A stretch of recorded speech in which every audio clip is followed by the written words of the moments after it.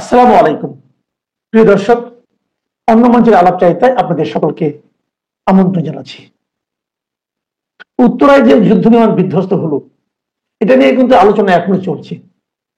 আমরা হয়তো একভাবে আলোচনা করব, কিন্তু এই ঘটনায় যারা সরাসরি ক্ষতিগ্রস্ত হয়েছেন তাদের জন্য হয়তো সারা জীবনের এই আলোচনা কখনোই থামবে না। একটা পরিবারের যখন একটা শিশু চলে যায়, এটা যে কত বড় বেদনাদায়ক, এটা আপনাদের নতুন করে, বাঙালি হিসেবে আপনাদের নতুন করে বোঝানোর কোনো প্রয়োজন পড়ে না।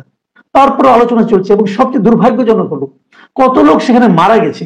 এটা নিয়ে সরকার যেটা বলছে, মানুষরা সেটা বিশ্বাস করছে না। একটা দুর্ঘটনা ঘটতেই পারে, দুর্ঘটনা ঘটার পর সবচেয়ে গুরুত্বপূর্ণ কাজ হলো সেই দুর্ঘটনা ঘটার পর সেটাকে কিভাবে সরকার এবং কর্তৃপক্ষ ম্যানেজ করছে। এই ম্যানেজমেন্টটা কি ঠিকমতো হচ্ছে, অথবা এই দুর্ঘটনা কি ঘটাটা জরুরি ছিল, অবধারিত ছিল? এই সমস্ত নানা প্রশ্ন নিয়ে আমরা আজকে আলোচনার জন্য আমন্ত্রণ জানিয়েছি আপনাদের খুবই পরিচিত মুখ, সাবেক সংসদ সদস্য মেজর অবসরপ্রাপ্ত আখতারুজ্জামানকে।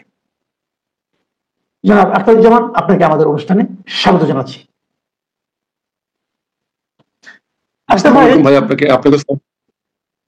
জি, অনেক অনেক ধন্যবাদ, অনেক কৃতজ্ঞতা আপনার প্রতি। আপনি আপনার ব্যস্ত সময়ের মধ্যেও আমাদেরকে সময় দিয়েছেন, আমাদের দর্শকদের সময় দিয়েছেন। প্রথমে আমি যে প্রশ্নটা করছি সেটা হলো, এই যে ঘটনাটা ঘটলো, এটা কি নিছকই দুর্ঘটনা, নাকি এখানে কিছু দায়িত্বহীনতা কাজ করেছে, এখানে কিছু গুরুত্বহীনতা কাজ করেছে, এখানে মানে মানে মানুষের প্রতি যে ফিলিংসটা কাজ করে সেই জিনিসটা কিছু অভাব আপনি দেখেছেন? আপনার কাছে কি মনে হয়? দুর্ঘটনা নিয়ে আগে আলোচনা করতে চাচ্ছি। ধন্যবাদ মাসুদ ভাই, আপনাকে আমাকে আমন্ত্রণ জানিয়েছেন আপনার জনপ্রিয় এই প্ল্যাটফর্মে। আমি আপনাকে সালাম জানাই, সেই সঙ্গে আপনার দর্শক শ্রোতাদেরকেও জানাই আমার অন্তিম শুভেচ্ছা, সালাম, আসসালামু আলাইকুম। সবাই ভালো থাকবেন। আসলে দেখেন, আমি ঘটনাটাকে নিছক দুর্ঘটনা হিসেবে দেখি। দুর্ঘটনা হতে পারে, দুর্ঘটনা এরকম কোনো জিনিস না যে এটা পরিহার করা যায়। দুর্ঘটনা হবে। কিন্তু আমি যে বিষয়টা নিয়ে গত 3 দিন ধরে কথা বলার চেষ্টা করছি, সেটা হচ্ছে আমি 3টা অ্যাঙ্গেল তুলে ধরার চেষ্টা করেছি। প্রথম অ্যাঙ্গেলটা হলো, দুর্ঘটনা ঘটার পর আমার গুরুত্ব কে পাবে? ওই আমার ফ্লাইটটা ধ্বংস হয়ে গেছে এটা, প্লেনটা, বোমারু প্লেনটা, না আমার যে পাইলট মারা গেছে সে, না এখানে এই দুর্ঘটনায় আরো প্রায় তৎকালীন সময়, তখনই বলছি 20 জন মারা গেছে, তাৎক্ষণিকভাবে রিপোর্ট পেয়েছি আমরা 20 জন মারা গেছে। তাহলে ফোকাস পয়েন্টটা কোনটা হবে? আমার ন্যাশনাল প্রায়োরিটি কি হবে? ওই পাইলট, বিমান, না আমার এই নিরপরাধ নিষ্পাপ শিশুরা? আমি যখন দেখলাম সরকার এই ব্যাপারে উদাসীন, বিমান বাহিনী উদাসীন, সবাই উদাসীন, সবাই ব্যস্ত আছে পাইলট সাহেবকে নিয়ে, পাইলট সাহেবকে ফ্যামিলি নিয়ে আসতেছে, তার জন্য ঢাকা চট্টগ্রামে রাজশাহীতে বিমান পাঠিয়ে দিয়েছে, তারা তাদেরকে নিয়ে আসতেছে। আর এই যে নিষ্পাপ শিশুগুলো হাসপাতালে মৃত্যুর সঙ্গে তারা যে কষ্টটা পাচ্ছে, যে মারা গেছে সে মারা গেছে, ডক্টর একটা জিনিস বলতে গেলে সে মারা গেছে, তার তো কষ্ট পায় নাই, কিন্তু যারা বেঁচে আছে তাদের যে কষ্টটা, এটা জাতি হিসাবে, আপনি একজন রাষ্ট্রপ্রধান হিসাবে, আপনি একজন সরকার প্রধান হিসাবে, আপনার মধ্যে ফিলিংস নাই? আপনি কি সীমার? আপনি কি পাষণ্ড? বলেন, আপনি কি করে, যখন আপনার খবরে আসলো এবং ছবি আসলো এই শিশুগুলো মারা যাচ্ছে, কি করে আমার প্রধান উপদেষ্টা, কি করে তার উপদেষ্টারা, কি করে কনসার্ন লোকেরা অফিসে বসে থাকলো? যদি ওনার সন্তান হতো তাহলে উনি কি বসে থাকতেন অফিসে? তাহলে উনি কি মানুষ ছিলেন না? আমার প্রধান উপদেষ্টা সাহেব কি মানুষ না? উনি কি প্রধান উপদেষ্টা হয়ে কি এখন অমানুষ হয়ে গেছেন, না অতি মানুষ হয়ে গেছেন? আমার 20টা তাৎক্ষণিক বাচ্চা মারা গেছে, আপনি তো 3টা জিনিস তাৎক্ষণিক বলতে পারতেন।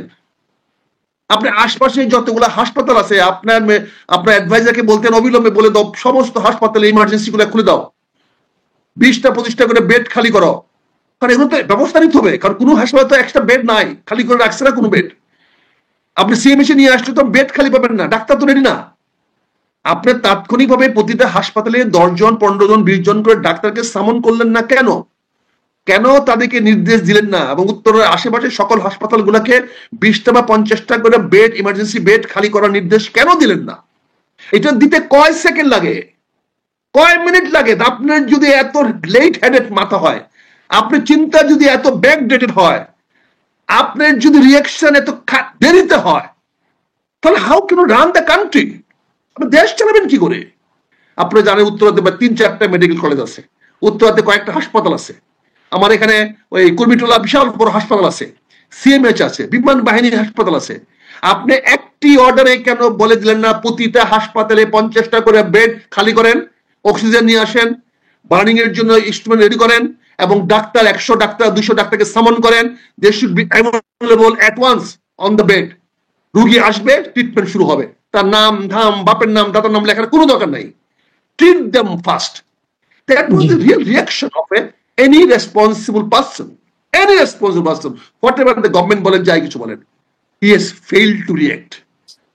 আমার শ্রদ্ধেয় ডক্টর ইউনূস সাহেবকে বলতে হচ্ছে, sir you have failed miserably, you have failed to react on the cry of my children. আমার শিশুর কান্না আপনার কানে পৌঁছায় না, এমন একটা বন্দিশালায় আপনি বসে আছেন যমুনার মধ্যে, যেখানে আমার শিশুর কান্না পৌঁছে না। এটা হৃদয় বিদারক, কষ্টদায়ক, বেদনাদায়ক স্যার। আমরা শুনেছিলাম বিমান বাহিনী প্রধান বিদেশে এসেছেন, আমরা বিদেশে ছিলেন বলে বলছি তাকে কুইকলি ব্যাক করে নিয়ে আসেন, এখন দেখলাম উনি দেশে ছিলেন। জেন্টলম্যান, আপনি কি যেতে পারতেন না ওখানে? আপনি হেলিকপ্টার যেতে পারতেন না? আবার আপনি বলতেছেন আপনারা ভুল বুঝবেন না, আপনার রিমার্ক ছড়াবেন না। কাকে বলতেছেন আপনি? ইউ আর এন অ্যাকিউজড, আপনি খুনির আসামি। এই খুনির আসামি আপনি বলেন যে আপনারা বিভ্রান্তি ছড়াবেন না? অটাসিটি কত আপনার? আপনি কে রে ভাই? কেঠা আপনি? হ্যাঁ, বাংলাদেশের কোথায় যদু আসেন আপনি? একেবারে বাইশে বিমান বাহিনী প্রধান হয়ে গিয়ে আপনাকে লাট বাহাদুর হয়ে গেছেন গা, যা ইচ্ছে জনগণের উদ্দেশ্যে কথা বলেন। জনগণ উদ্দেশ্যে কথা বলার আপনি কে?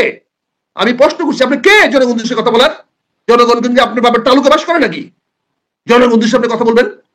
আমি দুর্ঘটনার জন্য কাউকে দায়ী করছি, দুর্ঘটনা is a part of the life, এটা হতেই পারে, কিন্তু এর যে গাফিলতিটা, এর যে আপনার যে দুর্বলতা গুলা, ব্যর্থতা গুলো তুলে ধরতে হবে, ব্যর্থতা। তারপরে আপনাদের একটা কোশ্চেন নেবেন যে আপনি একটা বিমানবন্দর থেকে, একটা মেইন রানওয়ে থেকে, আমার মেইন জায়গা থেকে আপনার প্লেনটা উড়াচ্ছেন, আশেপাশে এত জনবসতিপূর্ণ, পাশে হাই রাইজ বিল্ডিং আছে, আপনি বলতেছেন এখানে স্কুল বিল্ডিংটা অবস্ট্রাকশন। তাহলে আপনারা এতদিন ধরে কি করতেছেন? কেন বলেন না? কেন বললেন না? এই স্কুলটা যদি অবস্ট্রাকশন হয়ে থাকে তাহলে আপনারা বিমান বাহিনী কেন বললেন? আপনি তো আমার বিমান বাহিনীর কারণে তো আমার এক্সপ্রেস ওয়ে রাস্তা বদলাই দিচ্ছেন, আমার এক্সপ্রেস ওয়ে রাস্তা যেটা ফার্মগেটে যাওয়ার কথা ছিল সেটা বদলাই ফেলতে পারছেন, সেটা বদলাই ফেলতে পারছেন আপনি। এখানে একটা হাই স্কুলকে আপনি বদলাতে পারলেন না, এটা কি ধরনের কথাবার্তা বলেন? এই জন্য I have to react. Thirdly আমি যেটা দেখেছি সেটা হচ্ছে যে নাইদার আমার শিক্ষামন্ত্রীর স্কুলে বাচ্চারা মারা গেছে, এই বাচ্চাদের গার্জিয়ান কে? অভিভাবক কে? শিক্ষামন্ত্রী, শিক্ষা উপদেষ্টা। সে 1টা থেকে সন্ধ্যা পর্যন্ত, রাত্রে পর্যন্ত ছুটে যাওয়ার সময় পেলেন না বাচ্চাদের দেখার জন্য? সে তো আবেদন জানাবে সরকারের কাছে যে আমার বাচ্চাদেরকে বাঁচান। এটা তার হিউম্যান ক্রাই হওয়ার কথা ছিল, তার ক্রন্দন হওয়ার কথা ছিল, আমার বাচ্চাদেরকে বাঁচান। সে তো বলবে তার বাচ্চা। শিক্ষা সচিবকে রূপে দিয়ে আপনি গলা কাটছেন, ঠিক আছে, ওইটা একটা খারাপ মানুষ, তারা বাঁচতেছে, ভালো করছেন। What about DG education? What about the other fellows? যারা কেউ ওখানে যায় না। এই জন্য স্যার আমি রিঅ্যাক্ট করেছি, আমি বলেছি, এবং আমি এটা নিয়ে I want to fight it out. এটা নিয়ে I want to fight it out, এটা টু সর্ট ইট আউট। এটা নিয়ে আমি দায়ী করতে চাই। এখন ঘটনা 3 দিন হয়ে গেছে, ঘটনা ঘটে গেছে, এখন আমরা ওই বাচ্চাদেরকে ফেরত পাবো না। কিন্তু কারা ব্যর্থ হয়েছে তাদের জন্য তো আমাদেরকে একটা ব্যবস্থা নিতে হবে। ব্যর্থ লোক দেখে আমি আরেকটা ব্যর্থতার জন্য দায় দিতে পারি না। 3টা মানুষকে যেতে হবে, চাকরি থেকে সরাইতে হবে, বিমান বাহিনী প্রধানকে সরাইতে হবে, আপনাকে সরাইতে হবে। সরান, আপনি শিক্ষামন্ত্রীকে সরাইতে হবে, সরান। যত তাড়াতাড়ি সরাবেন তত তাড়াতাড়ি দেশের মঙ্গল হবে। সরাইতে হবে আপনাদেরকে সরান। স্বাস্থ্যমন্ত্রীকে অবিলম্বে সরাইতে হবে। সে ব্যর্থ হয়েছে ফেল করতে। আর 3 জনকে সরাইতে না পারলে আমি বিনয় সঙ্গী বলছি, ডক্টর ইউনূস সাহেব, this is not your bread and butter, please leave this chair, go back to France please. উনি ফ্রান্স থেকে আসছেন, যেখান থেকে আসে আমরা তাই আল্লাহ তো বলছেন তুমি যেখান থেকে আসছো সেখানে ফেরত যাবে, বুঝছেন না? এটা হলো নারীর টান, তো নারীর টানে উনি চলে যাবেন, উনকে ঠিক হবে। এখন সরকার এর সঙ্গে সাধারণ মানুষের যে বিরোধটা আমি মনে করি মনস্তাত্ত্বিক একটা বিরোধ দেখা যাচ্ছে। সেই বিরোধ হলো সরকার যা কিছু করছে সাধারণ মানুষ সেটাকে বিশ্বাস করছে না, আস্থায় নিচ্ছে না। সরকারের 2 জন উপদেষ্টা ওখানে গেল কালকে, ওদেরকে তারা এখানে জিম্মি করে রাখলো, আটকে রাখলো, বেরোতে দিল না, এটা একটা বিষয়। আবার তারপরে দেখলাম আমরা যে ওনারা যে ফিগারটা প্রকাশ করছে আহত এবং নিহতের, এটাও সাধারণ মানুষ যেন বিশ্বাস করছে না, আস্থায় নিচ্ছে না।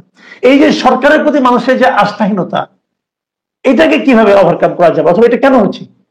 এটা একটা ভয়ানক ফ্যাক্টর, যে কোনো কারণে হোক। এটার পিছনে মানুষের যত কিছু থাকো, মানুষ যে আস্থা নিচ্ছেন এটা তো প্রমাণ হয়ে গেছে। দুজন উপদেষ্টা এবং প্রধান উপদেষ্টার তথ্য সচিবকে 9 ঘন্টা আটকে রাখা মানে কি, তারা তো 9 ঘন্টা তাদের দায়িত্ব থেকে কর্তব্য পালন করতে পারে নাই। তাদের কি অধিকার আছে? তারা বেতন নিছে না, ভাতা নিছে না? তো 9 ঘন্টাটা বন্দী ছিল। They were arrested by the people. Right, মানে কি অ্যারেস্টেড? They were arrested. তো এটাতে জনগণ অ্যারেস্ট করেছে, পুলিশ অ্যারেস্ট, জনগণ অ্যারেস্ট একই। অর্থাৎ সে তার দায়িত্ব পালন করতে পারে নাই, সে করতে নড়তে পারে না, চড়তে পারে না। তাহলে আপনি যাকে জনগণ গ্রেফতার করেছে তাকে দিয়ে আপনি আমাকে মিটিং করলেন কেন? আপনি জাতিকে এত বুড়া আঙুল দেখাচ্ছেন কেন? শেখ হাসিনার কি পতন হয়েছে এটা কি ভুলে যাচ্ছেন? আর আপনি এমন পথে হাঁটতেছেন, এমন পথে চলতেছেন, সেখানে আপনি শেখ হাসিনাকে ওয়েলকাম করতেছেন। তাকে মনে হচ্ছে ঢাকায় আইন না আপনি আবার এই গণভবনে। শেখ হাসিনা তো আপনার ইয়াতে যাবে না, ওই যমুনাতে যাবে না, হয়তো আপনি আবার রিনোভেট করে গণভবনকে রিনোভেট করাইতেছে জাদুঘরের জন্য, হয়তো গণভবনটাকে আবার তাকে আইনে বসায় দিবেন, এরকমই দেখা যাচ্ছে আপনার, এবং জনগণকে দিচ্ছেন। কাজে আপনি যে বলে অনাস্থা, অনাস্থা আর মানুষ কিভাবে প্রমাণ করবে? সেক্রেটারিয়েটের দরজা ভেঙে পোলাপান ঢুকে যায়। এর চেয়ে লজ্জা, এর চেয়ে ব্যর্থতা আর কি আছে বলেন? কাজে আপনি যেটা বলে অনাস্থা, অনাস্থা তো হয়েছে, সরকারের প্রতি তো জনগণের অনাস্থা হয়েছে। আপনি আরেকটা বিষয় বলতে চাই আপনাকে, আপনি প্রশ্ন না করলে এখানে তুলে ধরছি, অনাস্থার কথা বলেছেন। উনি গতকালকে সন্ধ্যার সময় 4টি রাজনৈতিক দলের নেতাদেরকে ডেকে বলছেন যে আপনারা ঐক্যবদ্ধ হন, আপনারা ঐক্য নাই। তারপরে ধমকালেন ওনাকে, 4 জনকে ডাকে বললেন তোমরা 4 ভাই এক না, তোমরা এক হয়ে চলো, এই তো কথা বললেন। আমি আসিফ নজরুলের বক্তব্য যা পাইলাম সেটা কি পাইলাম? যে 4 জন বেত্তমিজ, তোরা কথা শোনস না, হ্যাঁ, তোরা যার যার মতো মারামারি কাটাকাটি করতেছস না, আজ থেকে একসঙ্গে আসবি, একসঙ্গে খাবি, একসঙ্গে বসবি, এই কথাটাই তো বলেছেন। হয়তো শুদ্ধ ভাষায় বলেছেন, হয়তো ইংরেজি মিশায় বলছেন, এবং খুব ফুর্তিতে বলেছেন, আনন্দে বলেছেন। উনারা কালে কি আনন্দ, এতগুলো ছেলে মারা গেছে, কি আনন্দ দেখছেন ছবিগুলা? জি, কত লজ্জাস্কর ছবি বলেন, কত লজ্জাস্কর ছবি। ডাক্তার ইউনূস স্যার, আপনি অধীনে আসতে হবে, ক্ষমতা তো পাইছেন, খুশিতে তো ডক ডক করতেছেন, বুঝাই গেল।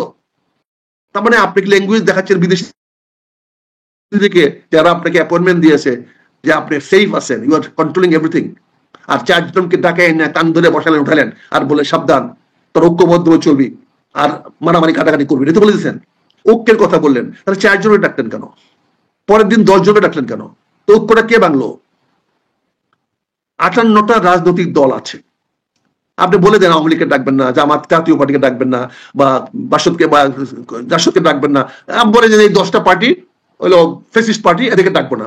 তো বাকি দেখে তো ডাকবেন। আপনি কোথায় অধিকার পাইলেন তাদের ডিভাইড করার, তাদেরকে বিভক্ত করার, তাদের ভাগে ভাগে ডাকার অধিকার কেমনে পাইলেন? কেমনেই 4 জন সামনে আগে আসলো? আপনি ভোট নিচ্ছেন? কারো কথা জিজ্ঞাসা করছেন? এই 4 জনের সিরিয়ালটা কেমনে করলেন? আপনি কিভাবে সিরিয়ালটা করলেন? কোন দৃষ্টিভঙ্গিতে করলেন? এই অডাসিটি আপনি কোথায় পাইলেন? কোথায় পাইলেন এই ক্ষমতাটা? এটা কি মিসইউজ অফ পাওয়ার না?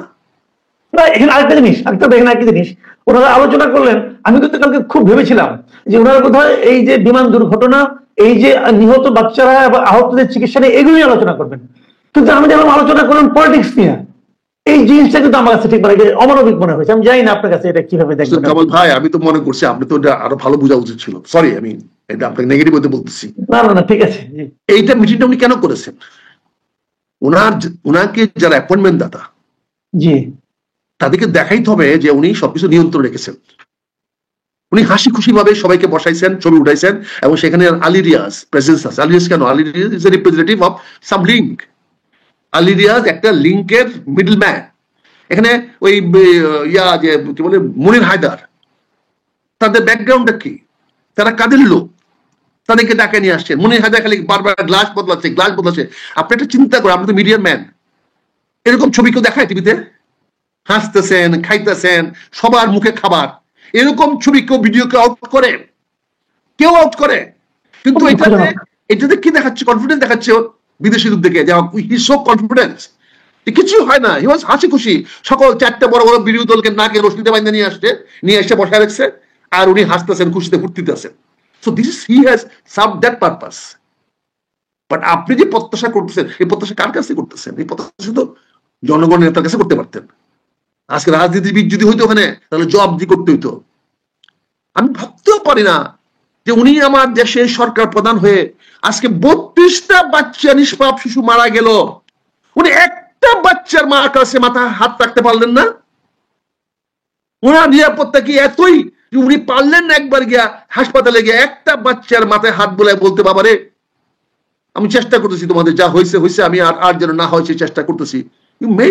আপনি কমিটমেন্ট থেকে আমরা আশা করতে পারি না, ওনার কাছ থেকে আমরা চাইতে পারি না, ওনার কাছে প্রত্যাশা করতে পারি না? এটা যদি বলেন আমরা অপরাধ করতেছি, ভুল করছি, বলেন পিনাকি বাবুর কথা যাইতে হয়, আপনার পিনাকি বাবুর ভাষা বেশি বুঝেন, এই জন্য আমি তখন পিনাকি বাবুকে গুরুদেব মানছি, আমি তার ভাষায় কথা বলবো, আমি তার কাছ থেকে ভাষা শিখতেছি, সে যেভাবে কথা বলে আমি সেভাবে কথা বলবো। অনেক ধন্যবাদ। যদি ভালো না হয়, সে যদি কিছু ঢুকাই দিতে পারে যেখানে সেখানে, আমরা পারবো না কেন? মাসুদ কামাল পারবে না কেন? আমরা ঢুকাই দিব। ও ঢুকাই দিলে যদি কোনো অপরাধ না হয়, তা আমরা ঢুকালে অপরাধ হবে কেন? কামাল ভাই বলেন। আর সে তো আমার গুরুদেব, I am learning from him, এবং আমি তাকে দেখেছি সে পজিটিভলি কথা বলে, যদিও যাকে বলে তাকে তার চেয়ে আমরা ছেলে ফেলায়, কিন্তু কথাটা তো জনগণের পজিটিভ। হয়তো আমার বক্তব্য কি সে খারাপভাবে রিয়েক্ট করে, করুক তো, রিয়েক্ট তো করে। এই জন্য আমি বলছি, আপনি যেটা বলছেন যে অনাস্থার কথা যে বললেন, আস্থা আছে বলে কোনো মনে হয়? বলেন। আমি আমার দলের মহাসচিব এবং স্থায়ী কমিটির সদস্য আমি কসিম মাহমুদকে অত্যন্ত ধন্যবাদ জানাই, কৃতজ্ঞতা জানাই, অন্তত ওনাদের মুখে হাসি ছিল না, ওনারা গম্ভীর ভাবে বসছিলেন। That is the face of a politicians. আমি একটা বিষয় আপনাকে বলতে চাই, যেটা আপনার সুযোগ পেয়েছেন, আপনার এখানে অনেক মানুষ দেখে, সরকার লোক দেখে, বেসরকারি লোক সবাই দেখে। দেখেন আজকে প্রায় 1 বছর হয়ে গেল সরকার আসছে, আপনি না পারলেন পানিশমেন্ট দিতে, না পারলেন কারোর বিরুদ্ধে কোনো অ্যাকশন নিতে, আপনি কোনো পজিটিভ অ্যাকশন দেখতেছি না। আমি আজকে আপনার মাধ্যমে একটা অনুরোধ রাখবো, এই আপনি ইমিডিয়েটলি সরকারের কাছে অনুরোধ করেন, সবাই চলেন, আপনি একটা রিকনসিলিয়েশন এন্ড ট্রুথ কমিশন করেন। তওবা করার বিধান আছে, আল্লাহ আমাদের তওবা করার বিধান দিয়েছে, আমরা পাপ করার পরে তওবা করলে আল্লাহ মাফ করবেন, আল্লাহ মাপের মালিক। বিগত সরকারের আমলে সরকারি রাজনীতিবিদ হোক, প্রশাসনিক কর্মকর্তা হোক, আর্মি হোক, বিডিআর হোক, পুলিশ হোক, সাংবাদিক হোক, ব্যবসায়ী হোক, ওরা অনেক অপরাধ করেছে, পাপ করেছে, তাদের পাপ মোচনের সুযোগ দেন। তারা তো দেশেরই মানুষ, তাদেরকে দেশ থেকে বের করে দিবেন, তারা কোথায় যাবে? জেল দিলে দেন, 2 বছর 5 বছর জেল দেওয়ার পর দেশে থাকবে তারা। তাদেরকে একটা রিকনসিলিয়েশনের বা একটা ট্রুথ কমিশনের সামনে তারা এসে বলুক তারা অপরাধ করেছে, তারা অন্যায় করেছে, তারা আপনাদেরকে গ্যারান্টি দেখ যে আর করবে না ভবিষ্যতে, মুসলেখা দেখ, তারা যদি অবৈধ সম্পদ অর্জন করে দিয়ে অবৈধ সম্পদ করেছিল সেগুলা রাষ্ট্রের কাছে জমা দিবে, সারেন্ডার করবে, সারেন্ডার করে দিয়ে একজন ভালো নাগরিক হিসেবে বাকি জীবনটা চালাবে, দেশের সেবা করবে, জনগণের সেবা করবে, এরকম একটা সুযোগ করে দিতে বলেন। এই ব্যাপারটা নিয়ে ফাইট করেন। আর কত কামড়ে মারামারি একজনের বিরুদ্ধে একজনের করবো? আপনি এই বিষয়টা নিয়ে একটু করেন, let's have a truth commission, let's have a reconciliation করার সুযোগ দেন, আমার তওবার সুযোগ দেন। তওবার সুযোগ আল্লাহ দিয়েছে, আল্লাহ যখন আমাকে তওবা করার সুযোগ দিয়েছে, আপনাকে দিয়েছে, সবাইকে দিয়েছে, আমরা কেন, সরকার কেন এদেশের মানুষকে, সে অপরাধী হোক তাকে ফাঁসি দিলে দেন, দিতে পারলেন না, 11 মাস চলে গেল, 12 মাস চলে গেল, তখন একটা রিকনসিলিয়েশন সুযোগ দেন, জাতিকে আর বিভক্ত করেন না, সবাইকে ইউনাইটেড করেন, সবাইকে এই দেশের মানুষের কল্যাণে কাজ করার সুযোগ দেন। কাউকে দেশে তাড়ায় দিলে, যারা তাড়ায় দিচ্ছেন তারা কিন্তু দেশের বাইরে বসে নাই, তারা কিন্তু আবার ঘরে ফিরে আসার জন্য সকল পর্যার কাজ করছে। আপনার চোখে ষড়যন্ত্র, তাদের পক্ষে কিন্তু দেশপ্রেম, তাদের কিন্তু দলের প্রতি আনুগত্য, তারাও কিন্তু যেটাকে মনে করছে জনগণের কল্যাণে তারা কাজ করতেছে, তারাও বিদেশ থেকে দেশে ফিরে আসার জন্য আপ্রাণ চেষ্টা করতেছে। এই প্রচেষ্টা তারা যদি সফল হয়, আপনাকে তো কালকে ট্রুথ কমিশনের সামনে যেতে হবে, আপনাকে তো এই রিকনসিলিয়েশন যেতে হবে।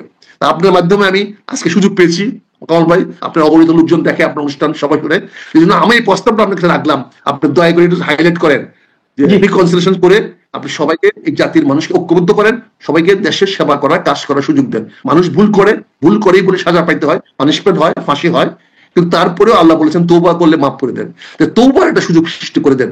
এই বলে আপনাকে বিদায় নিচ্ছি। অনেক ধন্যবাদ, অনেক শুকরিয়া যে আপনি আমাকে আপনার অনুষ্ঠানে সুযোগ দিয়েছেন, আমি কৃতজ্ঞ আপনার কাছে। I am obliged to you sir, thank you very much, thank you, আসসালামু আলাইকুম। অনেক ধন্যবাদ, অনেক ধন্যবাদ মেজর আখতারুজ্জামান। প্রিয় দর্শক, আপনারা শুনলেন মেজর আখতারুজ্জামান যেহেতু একজন রাজনীতিবিদ, উনি এবং সেই সঙ্গে এক সময় সামরিক কর্মকর্তাও ছিলেন, কাজেই সবচেয়ে বড় কথা উনি বাংলাদেশের একজন মানুষ এবং একজন সংবেদনশীল মানুষ।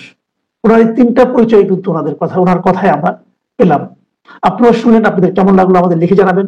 আমরা চাইবো মেজর আখতারুজ্জামান আবারও আমাদের অনুষ্ঠানে আসবেন এবং আপনাদের সঙ্গে কথা বলবেন। প্রিয় দর্শক, এখন এই পর্যন্তই। আল্লাহ হাফিজ। জানা গেছে সাম্প্রতিক দিনগুলোতে আওয়ামী লীগের বেশ কয়েকজন নেতা হাসান মাহমুদ, ওবায়দুল কাদের, আসাদুজ্জামান খান কামাল এবং মহিবুল হাসান চৌধুরী নওফেল দিল্লি সফর করেছেন। তাদের মধ্যে থেকে কয়েকজন সংবাদ সম্মেলনে অংশ নেবার কথা ছিল, যেটি হোক, বাংলাদেশের বর্তমান চিত্র তুলে ধরবার জন্য আওয়ামী লীগ যদি উদ্যোগ নিয়ে থাকে, সেটি ইতিবাচক ভাবেই দেখতে হবে, কারণ একটা দেশ স্বাভাবিকভাবে চলতে হবে। কিন্তু স্বাভাবিকভাবে এই দেশটি চলছে না। এই মুহূর্তে একটি সরকার আছে, এই সরকারটি দেশটি চালাতে পারছে না। আমরা দেশ থেকে কোনো রাজনৈতিক দলের এই সরকারের ব্যাপারে, এই সরকারের নেতিবাচক কর্মের ব্যাপারে খুব জোরালো কোনো ভূমিকা দেখছি না। সেই জায়গায় আওয়ামী লীগ ভূমিকা নেবে, এটি খুব স্বাভাবিক। আওয়ামী লীগ যদি আন্তর্জাতিক জনমত গঠনে গুরুত্বপূর্ণ ভূমিকা পালন শুরু করে, যত দ্রুত শুরু করবে, আরো আগে শুরু করা উচিত ছিল। আজকে 1 বছর হয়ে গেছে। হ্যাঁ, হয়তো আওয়ামী লীগ পতন হয়েছে, পতন অকস্মাৎ পতন, আসমান থেকে জমিনে নেমে পড়া হঠাৎ করে। হয়তো আওয়ামী লীগ নেতৃত্ব, আওয়ামী লীগ নেতা কর্মীরা কিং কর্তব্য বিমূঢ় ছিল দীর্ঘদিন, কিন্তু তাই বলে তাদের ঘুম ভাঙতে এত সময় লাগবে এটাও কাম্য নয়। এটি আরো কমপক্ষে 6 মাস আগে করা উচিত ছিল। যেটি হোক, আওয়ামী লীগ যদি আন্তর্জাতিক জনমত গঠনে মাঠে নেমে পড়ে পুরোদমে, গতকালকের সংবাদ সম্মেলনটা স্থগিত হয়েছে এবং আয়োজকরা বলেছেন যে এটি খুব শীঘ্রই হবে, আবারও হবে এবং পরবর্তীতে এটি জানানো হবে। এখন দেখার বিষয় যে শীঘ্রই সম্মেলনটি হবে, নয়াদিল্লিতে হবে এবং পৃথিবীর বিভিন্ন প্রান্তে হবে, বিভিন্ন দেশের সাথে কূটনৈতিক তৎপরতা। আমি অবাক হয়ে যাই আসলে, আওয়ামী লীগ এত বড় একটা দল, আমরা কদিন আগে, 1 বছর আগেই দেখতাম যে যেদিকে তাকায় সেদিকেই শুধু আওয়ামী লীগ আর আওয়ামী লীগ। কিন্তু সত্যিকার অর্থে অনুসন্ধিৎসু মানুষের কাছে আওয়ামী লীগের সেই অর্থে দেশে বিদেশে এখনো পর্যন্ত কার্যক্রম চোখে পড়ছে না। আওয়ামী লীগকে এই যে পতন হয়েছে, কেন পতন হলো, কেন আওয়ামী লীগের এত দূর অবস্থা হলো, কেন পতনের মতো ঘটনায় ঘটতে গেল, কিংবা কেন একটা সরকার পরিবর্তন হবে, নির্বাচনের মাধ্যমে পরিবর্তন হবে, কিন্তু নির্বাচনের মাধ্যমে পরিবর্তন না হয়ে লজ্জাজনকভাবে আওয়ামী লীগের কেন পতন হলো? এগুলো কি আওয়ামী লীগ গত 1 বছর গবেষণা করেছে? পতনের কারণগুলো অনুসন্ধান করবার চেষ্টা করেছে? কিংবা পতন হয়ে গেল, ঠিক আছে, দেশে যখন পারছে না, তখন আন্তর্জাতিক জনমত গঠনে কি কাজ করেছে গত 1 বছরে? করেনি। আমরা প্রথম একটি আন্তর্জাতিক সংবাদ সম্মেলনের খবর পেলাম, এটি যেহেতু নয়াদিল্লিতে এবং এটি সর্বভারতীয় গণমাধ্যমের উদ্দেশ্যে গণমাধ্যমে পাবলিশ হতো এবং যার মাধ্যমে সারা পৃথিবীতে ছড়িয়ে যেত, কিন্তু সেটি বাংলাদেশে ভয়াবহ বিমান দুর্ঘটনার কারণে স্থগিত হয়েছে। আমরা মনে করতে পারি যে এটি খুব শীঘ্রই হবে এবং সারা পৃথিবীর বিভিন্ন প্রান্তে হবে, কারণ বাংলাদেশ ভালো চলছে না এই মুহূর্তে। আর কারো এই ভালো চলছে না এটি বলার মতো আর কাউকে আমরা দেখছি না। বারবার বলছি, আবারও বলছি, দেখছি না। আওয়ামী লীগের এই দায়িত্বটা পালন করা উচিত, এই দায়িত্বে এগিয়ে আসা উচিত, কিন্তু গত 1 বছর আওয়ামী লীগ সেই দায়িত্ব পালন করেনি। আমরা যতদূর জানি এই মুহূর্তে একজন আওয়ামী লীগের যে 16 বছরে যারা পররাষ্ট্রমন্ত্রী ছিলেন তাদের মধ্যে একজন জেলে বন্দী আছেন, কিন্তু এর বাহিরে কমপক্ষে 3 জন দেশের বাহিরে আছেন। আওয়ামী লীগের এই সাবেক পররাষ্ট্রমন্ত্রীরা কি করছেন? এর মধ্যে হাসান মাহমুদকে নয়াদিল্লিতে আছেন, নয়াদিল্লি সফর করেছেন, এটি জানা গেছে। তিনি জানেন না তিনি তৎপরতা চালাচ্ছেন কিনা। আর বাকি দুজনের একজন তো বয়সের ভারে একদম নুজ, আবুল হাসান মাহমুদ আলী, তিনি বয়সের ভারে খুব স্বাভাবিকভাবে নুজ। আওয়ামী লীগের পররাষ্ট্র মন্ত্রীরাও বিদেশে বাংলাদেশের এই অচলাবস্থা নিয়ে জনমত গঠনে গুরুত্বপূর্ণ ভূমিকা পালন করুন, সেটি প্রত্যাশা। এবং সেই সাথে দেশেও মানুষ, একটা বড় অংশ মানুষ চাইছে যে আওয়ামী লীগ ফিরে আসুক, আওয়ামী লীগ রাজনীতি করুক, ক্ষমতায় যাক না যাক সেটি কিন্তু ধর্তব্যের বিষয় নয়। অন্তত পক্ষে বিরোধিতা করা, একটা অন্যায় হচ্ছে, একটা অপকর্ম হচ্ছে, তার বিরোধিতা করার জন্য কণ্ঠ প্রয়োজন। কারণ এই এখনকার রাজনৈতিক দলরা সবাই এক ভাষায় কথা বলছে, সরকারের সাথে আছে মানে সবাই এক ভাষায় কথা বলছে। এই এক ভাষা, ভালো হোক মন্দ হোক, এক ভাষায় কথা বলছে, কিন্তু মন্দ কাজ হচ্ছে। এই মন্দ কাজকে বাধা দেওয়ার মতো কাউকে দেখা যাচ্ছে না। তাহলে দায়িত্ব পালন করতে হবে আওয়ামী লীগকে। আমরা প্রত্যাশা করব যে আওয়ামী লীগ যদি বিদেশি জনমত গঠনে নেমে পড়ে, সাথে দেশে এবং বিদেশে একই সাথে তাদের তৎপরতা চালাবে। যত দ্রুত তৎপরতা চালাবে, আমি বারবার বলি যে বাংলাদেশ বাঁচবে, আওয়ামী লীগও বাঁচবে। আমরা চাই বাংলাদেশ বাঁচুক, আওয়ামী লীগও বেঁচে থাকুক, দল হিসেবে আওয়ামী লীগও বেঁচে থাকুক, আওয়ামী লীগের বদলোকগুলো বাদ পড়ুক, আওয়ামী লীগ বেঁচে থাকুক।